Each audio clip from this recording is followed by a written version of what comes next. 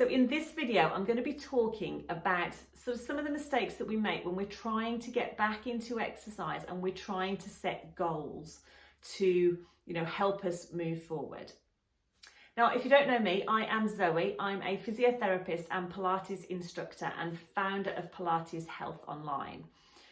So setting goals is one of the things I do get asked about quite a bit, and there are the mistakes that I see people making, which are completely normal, but perhaps not helpful. And if we do things in a slightly different way, it can actually really help us make that progress and move forward to where we want to be.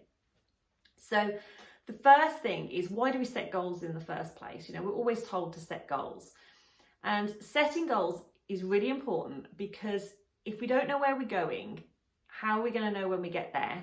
And also, it's much harder to stay consistent, because if we don't know why we're doing something, when we have those days when it is a little bit tough and a little bit challenging, and we really can't be bothered, because let's face it, we all have those days, we're going to give up, or we're going to stop, or we're going to think, I'll do it next week, or I'll do it the week after. So we want to set ourselves up to succeed. And the way to do that is have a bit of a plan. Now, what I see people doing is setting goals, but setting what we call a long-term goal. So they're thinking about where they want to be, but that might be sort of 12 months down the line. Okay, so they're thinking, right, I want to be able to do X, Y, and Z, but it's a bit of a further away goal. So let me think of an example. So say you're training to run a marathon.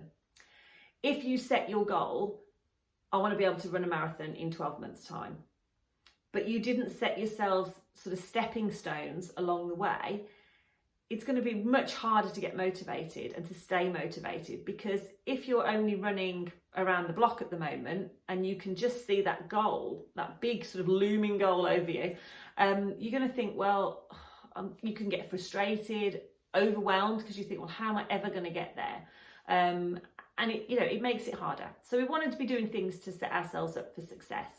So I say, set yourselves stepping stone goals as well. So these are the little smaller steps that you can make that move you closer towards your longer term goal, but they're smaller, achievable things. So if we go back to the thinking about running a marathon, it might be that, your first step on that sort of stage to get to where you want to go is starting to be able to run around the block.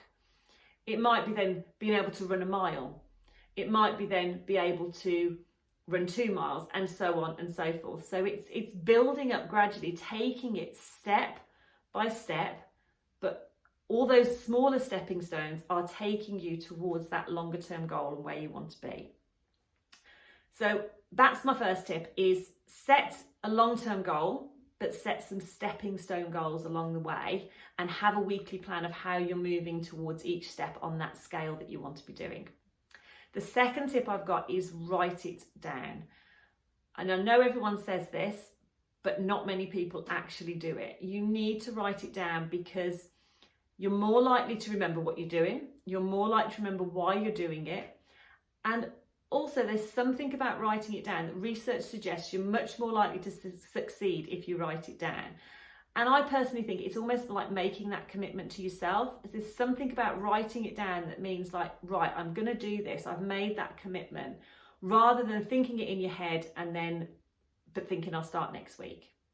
So write it down and think about how you're going to do it. Think about when you're going to do it, and sort of making that plan so that, it's a no-brainer, if you like. I know on Wednesday at 2:00, I'm going to do X, Y, and Z.